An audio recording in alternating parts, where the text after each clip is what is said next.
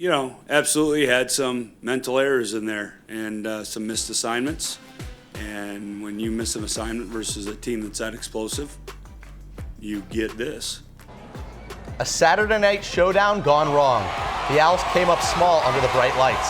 We'll take a closer look at this tough loss and how it affects the Owls moving forward. Inside the Nest is live and it starts right now.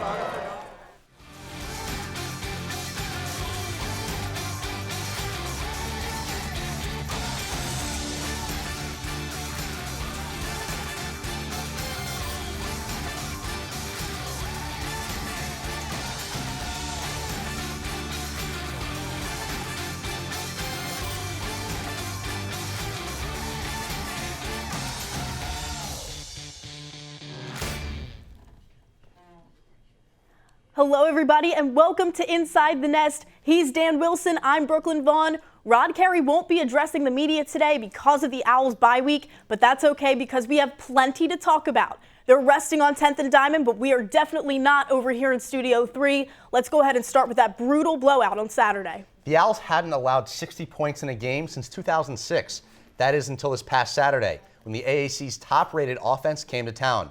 This game had major AAC championship implications on the line and would have clinched Temple's bowl eligibility for the 6th consecutive season. Owls and Knights squaring off at the Link, a pair of 5-2 AAC East squads. Remember the first half, or even the first drive? Anthony Russo hits Randall Jones in stride for the first touchdown of the game and the first game Jones has played all season. It's a good start for the Owls. However, UCF doesn't like to waste time on offense, and just 8 plays and a minute 35 later, it's Dylan Gabriel, finding Jake Hescock for the 20-yard score. Game tied at 7. Later in the quarter, following an Owls 3-and-out. This time, UCF just needs one play. Adrian Killens from 48 yards, 14-7 Knights. Adrian Killens Jr., just one of the many ground weapons that made an impact for the Knights on Saturday. Second quarter, and UCF brings in backup quarterback Daryl Mack Jr. He finds the end zone himself, and UCF has a 2-possession lead. 2nd and 9, Owls on their own 25, and Russo finds Brandon Mack streaking down the sideline. He throws a stiff arm, and he is gone. 75 yards to the house. Mack went for 5 receptions, 104 yards, and a touchdown in the game. Fast forward under 4 minutes to go in the half. 4th and 5 from the Owls 28, and Josh Heupel keeps the offense on the field. Dylan Gabriel hooks up with Trey Nixon for the first down, and a whole lot more. 28-14 Knights.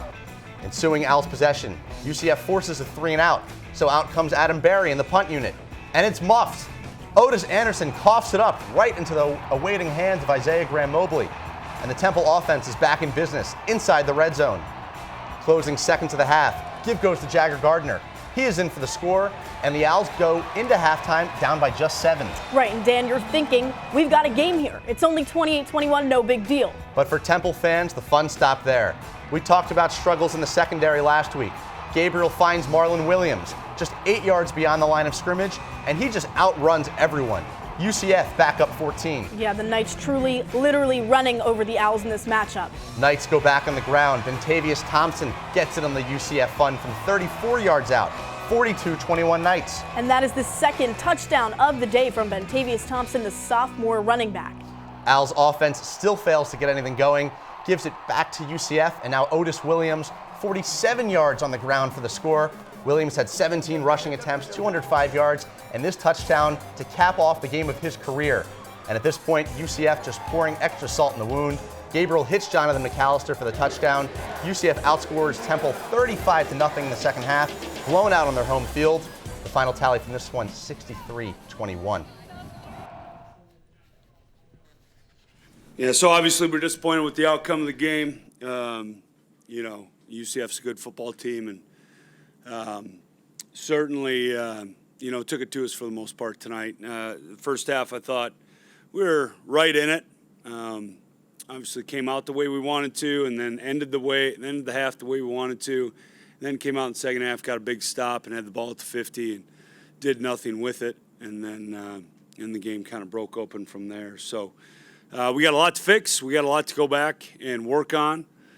Just got to regroup, come back, get a meeting in all together as a team, and talk about things we made and watch the film together. Yeah, one touchdown game at halftime, but we had to come out in the second half better, coming out of the locker room, Defense came out, did exactly what they needed to do, got a 3-and-out. offense has to go down and at least get a field goal, get a touchdown, something. But, you know, we got to sit down as a team and figure out why, you know, when things go bad, they continue to just get worse and worse. We got to find a way to, you know, regroup as a team and, you know, be able to turn things around. As a guys, was just, you know, getting a little bit out of character and doing things that they shouldn't have been doing, you know, getting out of gaps and things like that, eyes in the bad spot. And, you know, it was just, you know, we just got to be a better defense, that's all. I don't want to, you know, point a finger at anybody or anything, you know, we just let it slip up. You know, as a defense, you know, we should have just played better. I mean, after a game, people are upset, you know, I don't think there should be a lot of noise, especially after a loss like that. I think it's okay to be quiet, but, you know, this week we had to sit down, not with the coaches, as the players, and figure out, you know, what we have to do as a team to regroup, to fix what we've done, and to fix, you know, when things don't go our way, how we're going to fix it and, you know, turn games around, because, you know, this is the second game where things didn't start to go our way, you know, and they just kind of kept rolling downhill. So, you know, we're going to get together as a team, get together as players, and we're going to make sure that we fix this. There you have it. The Owls are set back to 5-3 on the year and 2-2 in conference play. The Owls fall to a powerful Knights offense led by the true freshman quarterback Dylan Gabriel. Despite having 10 for 23 completions, he was able to throw for 218 yards and 3 touchdowns. Helping him get the job done was Marlon Williams, counting for 81 receiving yards and a touchdown. The run game was strong for the Knights as Otis Anderson and Bentavious Thompson were responsible for 292 rushing yards alone. Otis Anderson, by the way, set a career high with 205 yards himself. While the Owls' day wasn't nearly as exciting, Anthony Russo just shy of 200 yards and was 12 for 24 attempts. And although he threw for 2 in the end zone, he was also picked off twice. It was the most quiet game of the season for Ray Davis and Jagger Gardner, who together averaged 1.7 yards per rush. Brandon Mack had 5 receptions for 104 yards, including that impressive 75-yard connection with Russo for his only touchdown of the day. Todd Centeo again seeing action, but didn't really impact the game's rushing or passing totals. Bouncing back from a 63-21 loss is going to take another level of Temple toughness. This team, if it hadn't already following the SMU game, just received a wake-up call of what it takes to hang with some of the top teams in the AAC. And when it rains, it pours. The injury bug has made its way to Edberg Olsen. Starting center Matt Hennessy was out thanks to an injury during practice last week. Benny Walls is still out. Randall Jones came back for the first time all year. The bye will certainly be helpful in getting everyone healthy again. Now, the media should almost never be the story, but we need to set this up for you. If you remember after the Buffalo loss, Carey made the players off limits for post-game comments. We also couldn't talk to them after the SMU loss. And now, loss number 3. Carey put a 4-question limit on the players. That's fewer questions than we have in No Huddle. But we did our best to get a feel for what's going wrong for a team that now has some holes in all 3 phases of the game. And that brings us to Inside the Nest reporter Dom Gillespie, who was at Saturday's game. The Owls kept it within a score through the game's first 30 minutes, but this contest featured a tale of 2 halves. Yeah, Dom, break it down. What went wrong during that second half of play? Guys, Saturday's matchup was supposed to be a primetime battle in the AAC. However, once the Knights came out of the tunnel for that second half, Temple did not stand a chance, leading to the Owls' worst loss of the season. After a one-sided 45-21 loss to SMU, Temple football was in need of a bounce back. After the first half, it was looking like that bounce back could be in store. But after being outscored 35-0 in the second half, the Knights were just too much to handle on Saturday.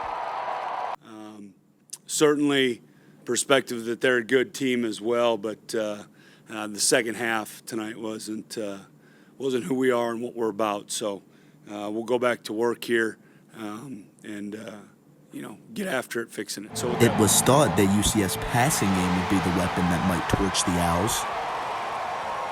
However, it was Central Florida's 3-headed running attack of Otis Anderson, Bentavious Thompson, and Adrian Killens, combining for more than 300 yards that put the game out of reach for Temple. Yeah, we, absolutely had some mental errors in there and some missed assignments. And when you miss an assignment versus a team that's that explosive, you get this. And we certainly had that going on, but we had that going on offense too. So it wasn't just one side of the ball tonight. Now, obviously not the way you want to play against the defending conference champs. With the second half meltdown, the Owls let up over 60 points for the first time in over 13 years. To regroup, to fix what we've done, and to fix, when things don't go our way, how we're going to fix it and, turn games around, because this is the second game where things didn't start to go our way, and they just kind of kept rolling downhill. So, we're going to get together as a team, get together as players, and we're going to make sure that we fix this. Earlier this season, Coach Carey said bye weeks come with their pros and cons. With the Owls heading into another bye week, it will be hard to find some cons after 2 sloppy conference losses versus SMU and UCF in consecutive weeks. This upcoming bye week could be one of the most beneficial weeks of the season. With a lot of players banged up from Saturday's game, it's an opportunity to get back to full strength.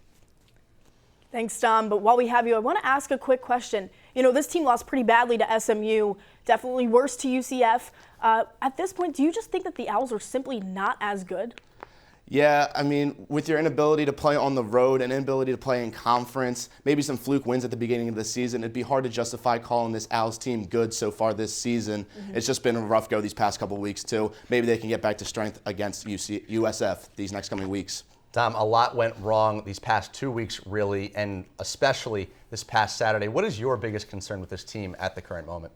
You got to put more confidence in your quarterback. After Saturday's game, the Owls were trying to run the ball a little too much. As you mentioned in the game review segment, only 1.6 yards per carry there. You got to give Anthony Russo the ball, a chance to make some plays. UCF was running a lot of man coverage, and Carey just didn't give him the ball. He didn't have enough confidence in him. Well, thank you, as always, Dom. And there was a lot to break down from Saturday's game. Yeah, absolutely. Let's go ahead and take a closer look at what went brutally wrong for the Owls. Perhaps the most unexpected disappointment out of Temple on Saturday was the performance on the defensive side of the ball. UCF scored 9 touchdowns. 9 touchdowns. They averaged 8.6 yards per play as well. Amir Tyler, another good day for him though. He collected 8 tackles on the day, and Sean Bradley and Sam Franklin had 6 apiece. But beyond the leaders, the Owls defense couldn't slow down any aspect of the night's offense. They were run over, quite literally, and beaten by the passing game. But you can't just blame the defense. Saturday's loss was a team effort. The offense that put up 21 points in the first half went dead silent in the second half, marking the first scoreless half for the Owls all season. Russo and company combined for less than 20 total yards of offense in the second half, and Russo also ended his 3-game interception-free streak with 2 of them in the second half. The defense allowing 35 points is unacceptable, but the offense failing to put any pressure at all on UCF's defense isn't a recipe for success either. And last week, I had mentioned that the Owls needed to capitalize with the ground and pound attack, and that's exactly what they did not do this weekend. In part because they were playing from behind almost the entire day. Definitely a performance to forget out of Ray Davis and Jagger Gardner, who again together averaged a mere 1.7 yards per rush. Ray Davis only 26 yards on the day for 12 attempts. Jagger Gardner goes 13 yards for 11 attempts. Now compare that to Otis Anderson, who rushed for a career-high 205 yards for the Knights on Saturday. UCF literally ran away with this one while the Knights were able to pull off the rushing attack. Owls definitely couldn't say the same. And if you're someone who's a stickler for stingy defense, it's safe to assume you haven't been pleased with these past 2 weeks for the Owls. Allowing a 45 and 63-point performances leaves us asking questions as to whether or not this defense has the ability to hang with the top offenses in conference. And it isn't just chunk plays. As of 4 or 5 yards, the Owls are getting beat on the big plays as well. It's been the Achilles heel over these past 2 games. And as of 2 weeks ago, the Owls defense was exceptional at preventing big plays. But that was not the case against SMU and UCF. In both games, the Owls defense combined to allow 11 plays of 30 yards or more. Prior to the SMU game, Temple hadn't given up a touchdown of more than 30 yards all season. Fast forward to the present day, and they've now seen 7. 3 at SMU and 4 this past Saturday. And it wasn't just the pass game this time. 3 of UCF's 4 touchdowns of 30 yards or more, they were on the ground, which means this wasn't just another case of the secondary getting beat. Yeah, now take a look at this. In the first 6 games of the season, Temple only allowed about 15 points per game, 325 yards per game, and just over 4 yards per play. They were able to hold their opponents to just a 28% third down conversion rate.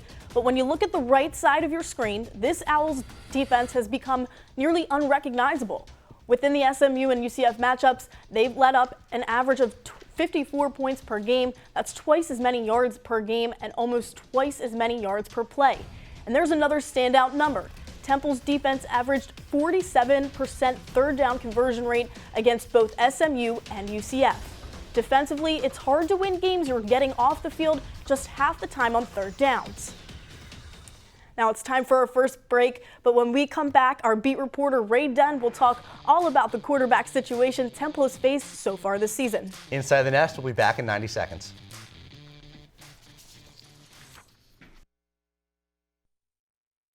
I don't know, it was a sneak attack. Russo, Archie, gosh, those are the two I caught. I mean, my heart about jumped through my throat. It was cold. It was fun. Hoping that they get some stops and they played out of this world, and again, that is the best defense in the country. I'm saying it, everyone should be saying it. We have the best defense in the country.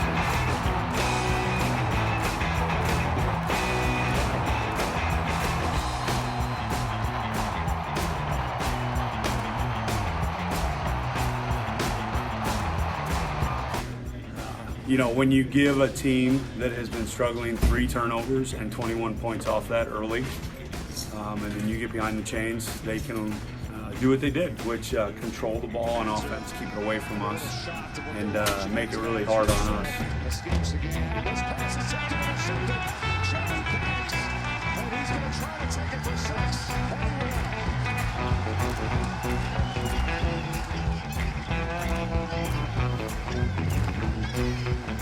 You know, he just brings a different dynamic with his legs, and you know, I think he did a great job tonight. Tough atmosphere. I think he came in and handled it well.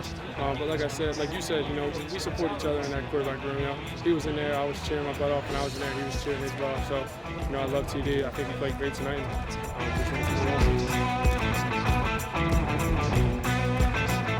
I mean, I was hoping he'd catch it. That's all it was. So, and then we got the call, and then everybody was happy. So we ran it off. We ran the clock down, and we won the game. So everybody's happy.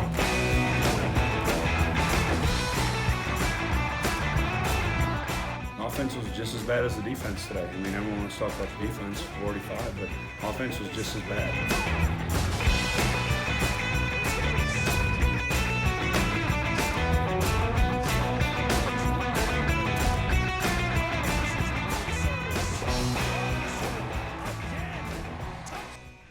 Welcome back to Inside the Nest. The Owls have certainly had their ups and downs throughout the season. As a team, one of the big storylines so far has been the use of 2 quarterbacks. Yeah, for more on this, we now turn to our Inside the Nest reporter, Ray Dunn. Hey, Ray. Hey, guys. Offensively, the first 8 games for the Owls can be broken into 2 halves. The first 4 with Anthony Russo in sole control of the offense, and the last 4 where Russo has shared the duties of quarterback with Todd Centeio, who has seen 2 series per game under center. Coming into the year, the praise for Anthony Russo stretched well beyond 10th and Diamond. From Pro Football Focus's college's preseason hype to the Maxwell Award watch list, the redshirt junior started this season with lofty expectations. But midway through the season, and Temple football is now a quarterback by committee as the Owls enter November. There is Todd Centeio. Coach Rod Carey gave Todd Centeio his first game action in the Thursday night game against ECU in early October, with Russo still getting a majority of his snaps. And while it hasn't been a conventional setup, the 2 quarterbacks seem accepting of it. We support each other in that quarterback room. You know, he was in there, I was cheering my butt off, and I was in there, he was cheering his butt off. That's been going on since I got here. We always had good guys in the quarterback room. We always help each other. One reason for this committee is based on their styles, with Russo's ability in the pocket mixed with Centeio's mobility.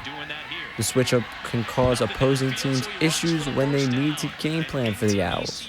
Helped us out, you know, getting Toddy in there because, you know, just switching up the tempo, switching up the looks. You know, a lot of his stuff is outside zone, read option, stuff like that. When I'm in there, it's more downhill run and drop back pass. So, you know, for a defense to have to look at all those looks and make adjustments on the fly like that, I think it puts them in a bind. The Owls' approach is attempting to put a dent in the old football saying, if you think you have 2 quarterbacks, you really have none. However, Coach Rod Carey doesn't think it's that big of a deal on the field.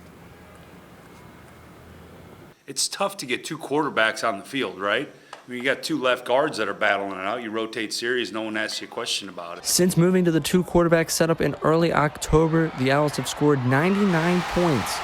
Only 6 of those points have come on drives with Centeio under center. Now that the Owls are in a bye week, it will give Coach Carey a chance to reevaluate his guys behind center and see if it's truly the more, the merrier. The offense was scoring close to 30 points per game with solely Russo under center and have dipped to around 25 per game with the two-quarterback approach. Granted, that 30 per game included the Bucknell game, but still, this offense hasn't gotten marginally better with this approach. Yeah, right. Not marginally better. So with all of these recent struggles, I want to ask you, do you expect to see Todd Centeio's snap volume fluctuate from here on out, or do you think they're going to just keep him as is? I think at this point they're going to try and continue on with this two-quarterback setup, but personally I think it's time for them to make a decision. I think you've kind of seen over the past couple games, Todd Centeio keeps coming in the same situations. Late in the first quarter, early second quarter, late in the third quarter, early in the fourth quarter. Teams are used to it. They know what they're going to see in Todd Centeio. If they really want Todd Centeio to be featured in this offense, maybe something like the Saints do with Taysom Hill. That might be a better idea, but it's time for them to make a decision on this right now. Yeah, thanks, Ray. Well, you're not going anywhere. Stick around.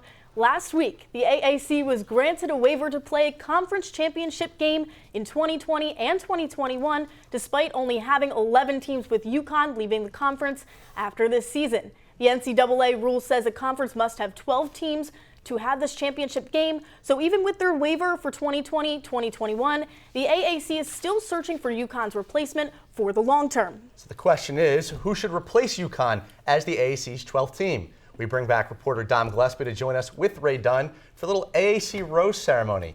Now, we don't have actual roses to give out, but our senior producer, Addison Hunsaker, was adamant about this Bachelor reference. So add that to this week being Halloween. We're giving out candy instead of roses, but so you get the point here. Ray, who do you think should join the AAC?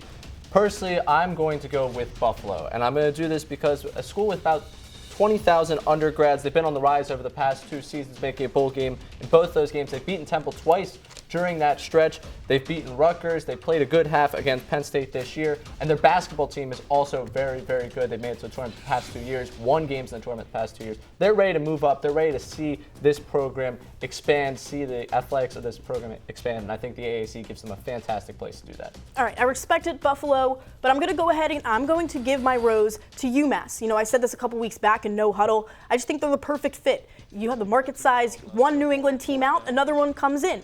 You know, proximity, it all just kind of makes sense. Again, their basketball, you brought this up, Ray, again, historically has been successful. And I think, if anything, it would benefit UMass even more so than it would the conference. So I looked at this one of 2 different ways. I originally thought Army, but you're right. You can't mess with the Army-Navy game. It would kind of work out a weird dynamic there. So Army's going to stay where they are. I'm with you, Ray. I'm going to take Buffalo. Oh, really? Yeah, really. Was that your original choice? No, it was originally Army. I thought about it more. So I'm going to go with Buffalo, and here's why. As you mentioned, they've beaten Temple the past 2 years, so they've proven that they can beat AAC teams. They're playing the MAC, which is a conference that Temple was in once upon a time. They're basketball school. This is not just a football move. Winning the MAC 4 out of the last 5 years. They've even had success in the NCAA tournament. It makes geographical sense. My pick is Buffalo.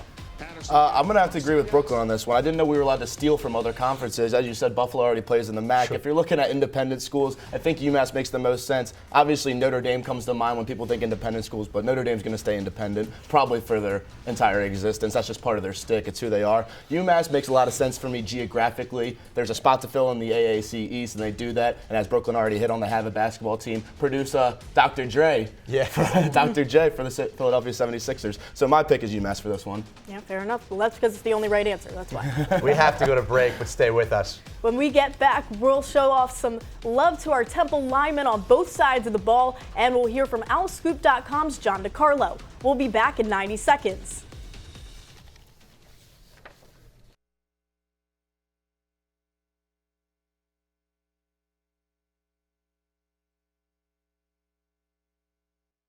Yeah, it was definitely a little different. I have a Matt out there because he's a guy, you know, does all the calls, and controls a lot of the run game, protection, stuff like that. But I think Pinto stepped in. And we didn't find out till late in the week that Matt wasn't going to go. I think Pinto stepped in. I think he played well, but you know, I'll know a little bit better when I watch the film. most of the credit goes to our O-line. If I continue to have successful games, I'm going to say that over and over again. Credit goes to our O-line doing their job and just, executing what they do all week and then, doing it during the game. So, it's a blessing, but, our O-line did with their job today, and I was able to have a successful day.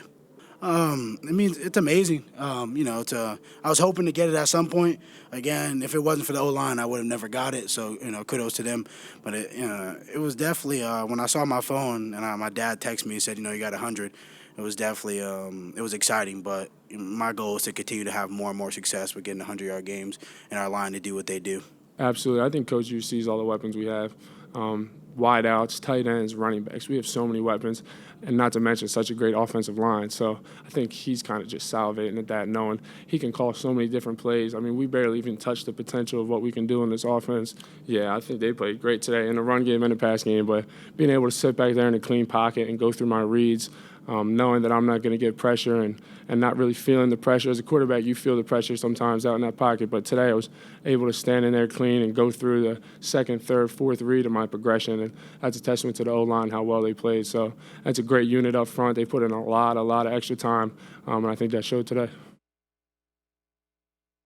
Back to Inside the Nest, and it's the truth. The guys in the trenches rarely get enough credit, so we're going to shine a light on them. I'll start with the right side of that offensive line. It features Isaac Moore, Javon Fair, and the injured Matt Hennessy from last week. But that unit, they've been really solid. Only 14 sacks allowed. That's tied for 47th in the nation. They've played a major part in the successful season for Ray Davis, as you heard him just allude to there. And guess what? This unit, they weigh more than 1,500 pounds collectively, just the three of them.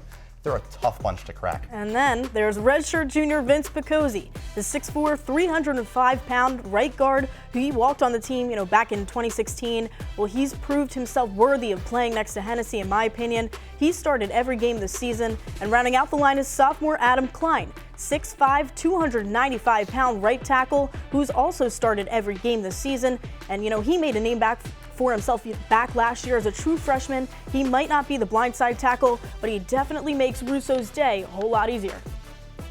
And with the Owls' second bye week of the season, it seems like an appropriate time to hand out some mid-season player awards, and we'll start with that offensive line. My offensive lineman of the year is going to Matt Hennessy. Unfortunately for the Owls, he's out with a concussion for the time being, and he missed the UCF game. He's such a huge part of this offense, Dan. Definitely the leader of the O-line. He was named the best center in all of college football by Pro Football Focus, receiving offensive grade and run blocking grade, leading all FBS linemen, and pass blocking grades at the top of the FBS. He's received a handful of recognitions and watch list honors in just this year alone, but even off the field, his leadership is one of his greatest contributions to this team. I have no doubt that he'll be playing on Sunday thanks to all of these accolades and more. I'm going to go with another guy who's a leader on that offensive line. It's Javon Fair, and he's the bridge between Matt Hennessy and Isaac Moore at that guard spot. He stepped in for Matt Hennessy at center, clearly respected around the locker room. He's 6'2", 315-pound grad student. He puts in the work out in the trenches, and he's a leader on and off the field. He's an absolute tank. He deserves some recognition, not just good in pass protection, but good in the rushing offense as well. Yeah, now let's go ahead and move to the other side of the trenches now and take a look at quite the experienced defensive line. We'll start with Quincy Roche, number 9 himself, the freshest member of the single-digit club, and I'd say he's living up to the standards of a single-digit player.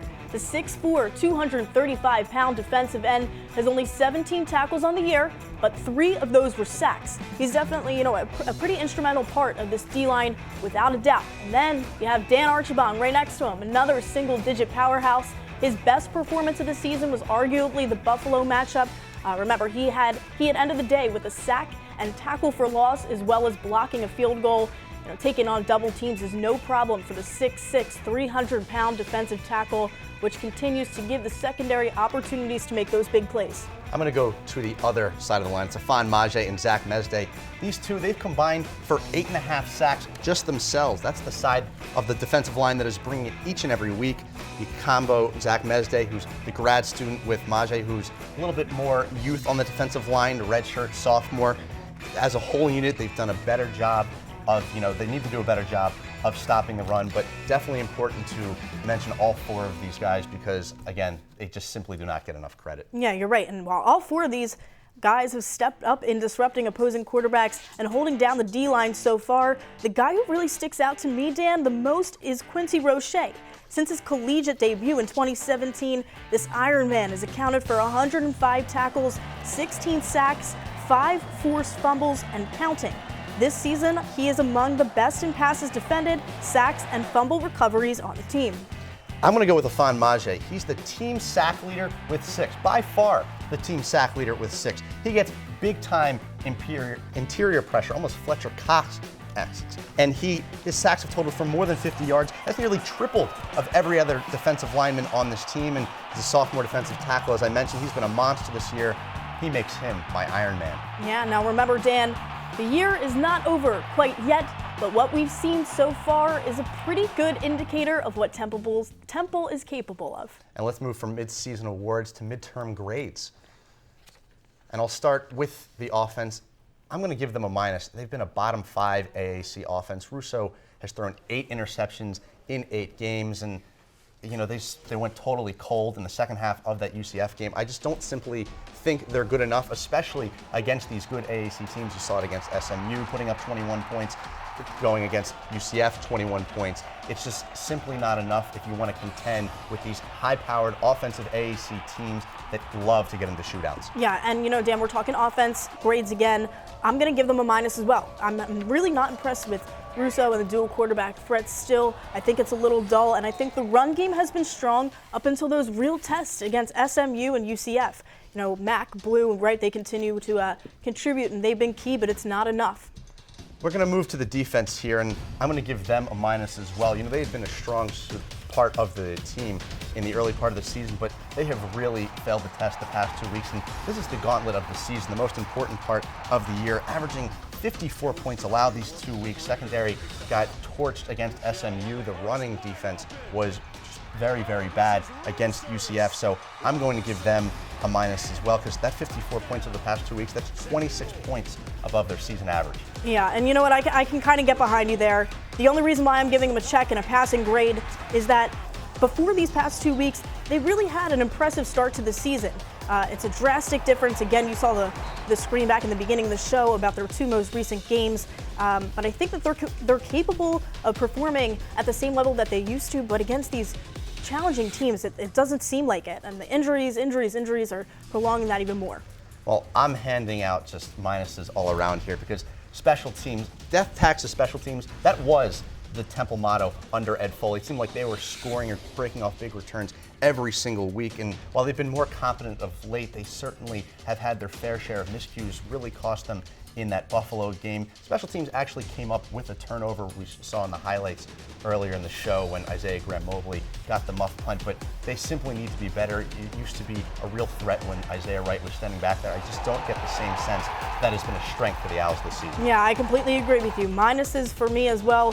As we both can recall, everybody knows my biggest concern was the special teams performances early on in the season. In fact, I was the opposite of impressed. We all know that. Changes at long snapper were made, which helped quite a bit, and then Jacob Lafree even got in on the punting fun. But remember, don't count out that Adam Barry revenge tour that I mentioned last week. He's got a lot of ground to make up for, and I think we'll definitely see a good deal of improvement for here on out. Hey, Dan, take a look, too, at our pictures on the refrigerator. I want to know how our producers got their hands on those. You remember that guy? No. Or that girl? No. Not at all. Through 8 games, all units of this team have experienced the good, the bad, and more recently, the ugly. We are now joined by editor of OwlScoop.com and Klein College's very own John DiCarlo to help us continue to put the season thus far into perspective. Hey, John. How's it going? Guys, appreciate it. So I'll start it off here. Temple, they started out the season 5-1, and they kind of took care of business in the early part of the schedule. They go down, get a road win against ECU. We know they've had their fair share of road struggles, but they come back at home and they allow 63 points to UCF. Is this team capable right now of hanging with the strong teams in the AAC? They got to get healthy first. Yeah. I mean, they really have to get healthy. Matt Hennessy's out. He's maybe the top center in the country. Ifan Maji's out at defensive tackle. Where did a lot of those runs go? Right up the middle. The 2 sacks that Anthony Russo had in the first half come right up through where Leon Pinto is. Leon Pinto's a good fill-in, but he's not the player that Matt Hennessy is. The secondary's been getting torched, but they really miss Benny Walls. They don't have an experienced safety backing up the corners. I think Harrison Hand and those guys have been humbled a little bit. They've seen NFL caliber receivers over the past couple of weeks, and there's a little bit of a speed and talent gap there right now. You see where they need to recruit to. Adrian Killens broke off that 48-yard run. Temple was a finalist for him. They didn't get him. Ramon Davis is a good back, but he's not that fast. Right. Yeah, so we're still looking at the big picture here with all the struggles that they're going through. They're just looking for a full team win, and they haven't had that yet. In fact, they had a full team loss on Saturday. So what do you make of all these struggles? And you touched on the secondary a little bit. I mean, again, like it's getting healthy, and you guys talked about the special teams. They have to make something happen on special teams. They had five block kicks, 6 returns, or I might be reversing that. It was like every week last year. They've made nothing happen. Now they recovered a fumble this week. Over the past couple of weeks, this is the first time you've started to see them go after punts. Isaiah Wright has broken off a couple of returns, but the blocking in front of him hasn't been great. That can help you, as you guys know, in a game where nothing else is going right, and that can change the flow of the game. They've had nothing of that sort this year. They've, as you said, they've righted the wrongs in terms of the snapping, the long snapping. Adam Barry's punted better. They've used Jacob Lafree as a rugby kicker. I mean, they didn't kick any field goals on Saturday. It wasn't really a factor. But if they could get some sort of jolt out of the special teams, that's great. But if not, you know, USF's 3-1 in October. They're not the bad football team they were at the beginning of the season. Cincinnati's tough. Tulane's better. So they've got some tough games ahead of them, but they have to get healthy. You mentioned the getting healthy. You know, Maj was out. They're really missing Benny Walls and some injuries on the offensive side of the ball as well. But against SMU, it really looked like the secondary was getting torched by SMU's offense. But against UCF, they had 3 runs for touchdowns that were over 30 yards. I mean, this is the defense as a whole, isn't it? Oh, yeah. I mean, and you guys were there after the game. It was the players saying, we're going to hold a players-only meeting. Chappelle Russell was ticked. Sean Bradley might have said 10 words the whole time. And I don't expect those guys to be happy. But when they're talking about misfitting gaps, not doing what we're supposed to be doing, there's only so much that you can put on the coaches. But again, when you have Ifeanyi Maje, if he keeps playing well, he's their next defensive tackle that's going to go on to the NFL. Not having him there really hurt. But again, I think they have to get themselves together, but you saw a bit of a talent gap on Saturday. I know fans don't want to hear that, but there's a reason why UCF has been really good. Again, Ramon Davis is good, but he doesn't have that next level speed. Rockwell Armstead had that. These guys, they hit the secondary, gone, touchdowns. Yeah, absolutely. And one last thing, John, we want to know, what is your prediction for the rest of the season? How do you see the rest of the road shaking out from here? I don't know. For USF, let's see who's healthy next week. If all 3 of those guys are healthy, I think they can win. But USF's got some speed too. I'll give a win. USF lost to Cincinnati, beat Tulane, and beat a terrible UConn team. And they'll go to a bowl game somewhere, and then fans will continue to complain why they're not in a New Year's Day bowl and have the same argument over and over again. Well, as always, thank you so much, John. Thanks, John. We have to take a timeout, but don't touch that remote. Yeah, when we get back, we'll take a look at the Owls in the NFL and how Temple can still find their way to the conference championship. Yeah, believe it or not, it is possible. We'll be back in just a bit.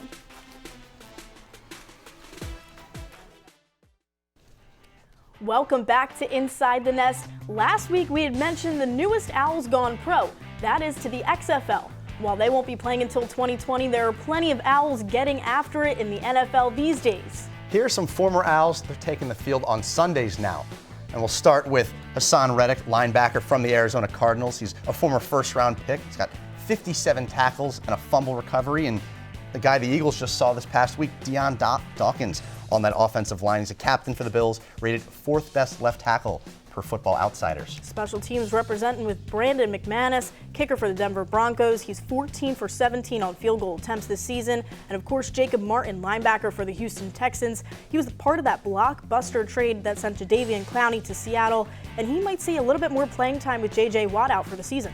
How about a guy running back in Jacksonville, Raquel Armstead? He's with, my producer wanted to mention it, Nick Foles. Gardner Minshew has been playing quarterback there lately, but he's not been getting many snaps. He scored on a touchdown reception earlier this season, something we didn't see much of him at Temple. And Rock Ya-Sin, he was Jeff Collins' favorite guy to mention. He was second-round pick in 2019, struggling to find his way as a pro. He had his worst game of the season on Sunday against Denver. He was flagged 5 times. He gave up a 33 and 25-yard reception. Yeah, and then we got Robbie Anderson, wide receiver for the New York Jets, but he's a pretty big target in today's trade deadline. Could he be an Eagle? I don't know. 309 yards and a touchdown this season. Longest touchdown of the NFL season, 92-yarder. And you got to hear Whitehead, linebacker for the Oakland Raiders. He is the captain, and he leads the team with tackles with 50. And don't forget about the smaller name guys. Sharif Finch, linebacker on the Tennessee Titans. He went undrafted. He had 10 tackles, 1 sack in 4 games. And, of course, Matt Ioannidis, defensive tackle in the NFC East for those Washington Redskins. 5th-round pick in 2016. He leads the Redskins with 3.5 sacks. And if you're a fan of statistically improbable playoff scenarios, you've come to the right place. It will definitely be the opposite of easy, as most of it isn't even in the Owls' control. But here's exactly what needs to happen if they want to make it to the championship. We bring in Dom Gillespie again and Ray Dunn. These 3 points right here I want to make. Temple, they need to, no exceptions, they need to win from here on out. And of course, the second piece, Cincinnati, they must lose 2 games, one of them being to Temple. And again, that third point, USF also. They must lose to South Florida. Tiebreakers, it goes first. Head-to-head record against tied teams. Divisional winning percentage, record against each team in the divisional standings in descending order. Record against common non-divisional conference opponents. Overall winning percentage. Most recent college football playoff selection committee rankings provided the highest ranked team won its final game, and average of selected computer rankings. So we welcome back in Ray Dunn and Dom Gillespie. And if you followed all that, is it even possible? I mean, it's statistically possible, but can it happen? It's a lot of words to say no. Okay, it's not in the realm of possibility. And I want to be the one to sit up here and be like, there's a chance here. This is how it all could work out. When you look at it, Cincinnati's got to lose twice in the AAC East. Their AAC East opponents left: ECU, UConn, USF, and Temple. That means a loss to Temple and one of those 3 teams. USF, when they've played good teams, the AAC so far, they lost 35-3 to Navy, and they lost 48-21 to SMU. You're expecting USF to be able to go beat Cincinnati for Temple? I'll pass on that scenario.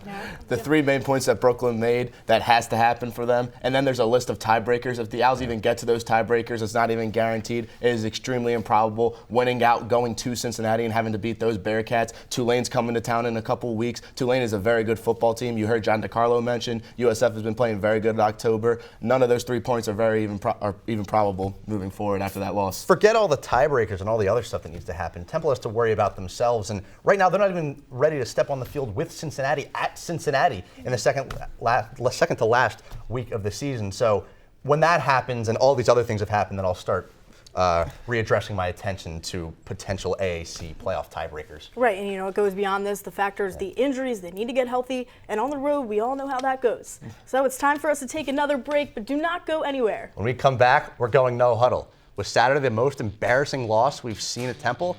Who will win the AAC? And how do we see Temple's final stretch playing out? Find out in 90 seconds.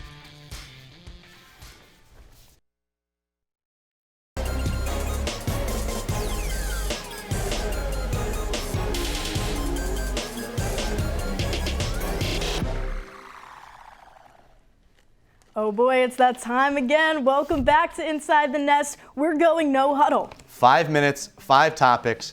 Here we go. Brooklyn, plain and simple. Was Saturday the most embarrassing loss you've seen at Temple?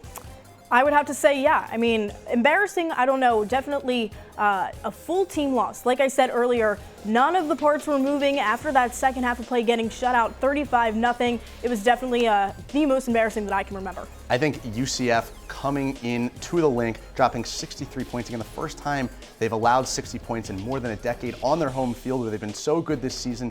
And it wasn't, a sleepwalk game like maybe Buffalo, a team you might tend to overlook. This is a big AAC game. There was absolutely no excuse for this. Yes, it was the most embarrassing loss they've had. All right, moving right along. What is more concerning coming out of this loss? The defense allowing big plays or the offense not scoring in the second half at all? Well, both are wildly concerning, but I think it's got to be the defense who, for 2 weeks now, have really struggled to keep up with SMU and UCF's offense. Against SMU, it was the secondary failing to keep up with SMU's receivers. But in this game, it was the run defense that they allowed tons and tons of big plays to UCF's running backs. Otis Anderson, we mentioned, had a career day. I think that's just the biggest thing that Temple needs to clear up right now. You're not going to win any games allowing 63 points on your home field nonetheless. Yeah, Dan, I'm going to have to say that, yes, the defense was a little concerning, but I think that the offense not scoring at all, getting shut out in the second half, is more alarming. You know, we did not expect this game, of course, like we said last week, to be a shootout by any means, but I didn't think that they were going to get shut down completely in that second half of play. The offense really hasn't clicked since that first Bucknell game of the season, if we're even counting that one. So from here on out, I really haven't seen a great performance out of them. So I think it's really concerning that we're still, even at this point, with all of that pressure on them to have such a great home game, such a huge opponent. I don't know, I'm really not impressed. Well, here's a follow-up question about the offense then. Are the Owls utilizing their playmakers properly on offense? I'm going to say yes, and even though it might not reflect directly in the numbers, you know, John DeCarlo just had a great point. Ray Davis, he's doing his part, absolutely, but he's just not up to speed as the rest of the guys. Not that Raquel Armstead dynamic that he's bringing to the team yet. He's young, but he'll get there. Again, I do think Isaiah Wright, excuse him from the missed passes from last week, I'll forgive him, but I think him, Brandon Mack, and I think Jaden Blue have all really stepped up to the plate and did a great job. Of course, not only Ray Davis, Jagger Gardner contributing a lot as well. I'd still like to see more. I get it, you just got Randall Jones back. Ray Davis has been having a really strong year, but again, these past two games, the running game has gone a little quiet. Yes, some of this blame should go on Anthony Russo, but guys like Isaiah Wright, I'd really like to see, you know, get utilized just a little bit more spread offensive attack. But, you know, guys like Brandon Mack have been having good seasons, and they should continue to utilize them in that fashion.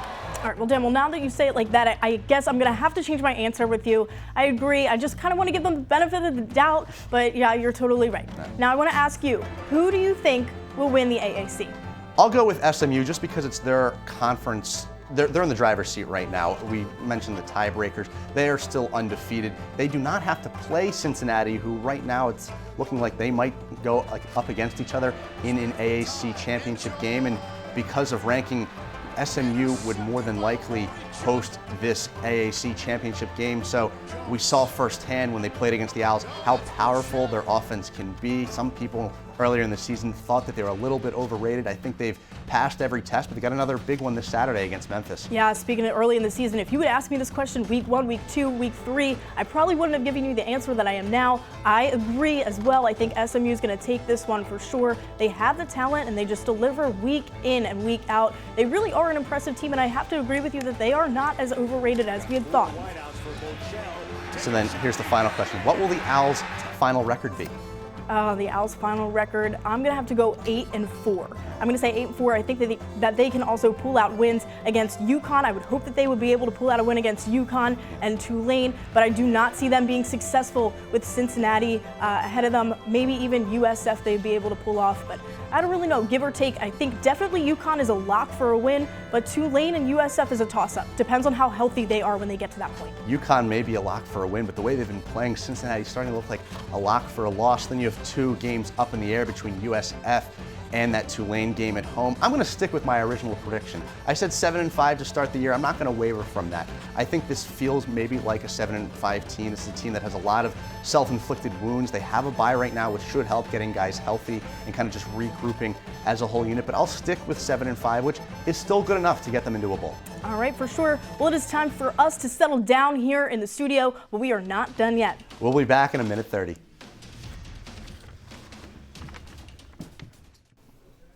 Welcome back to Inside the Nest. As always, we're going to go ahead and take a look around the AAC, where it's getting interesting in both the East and the West.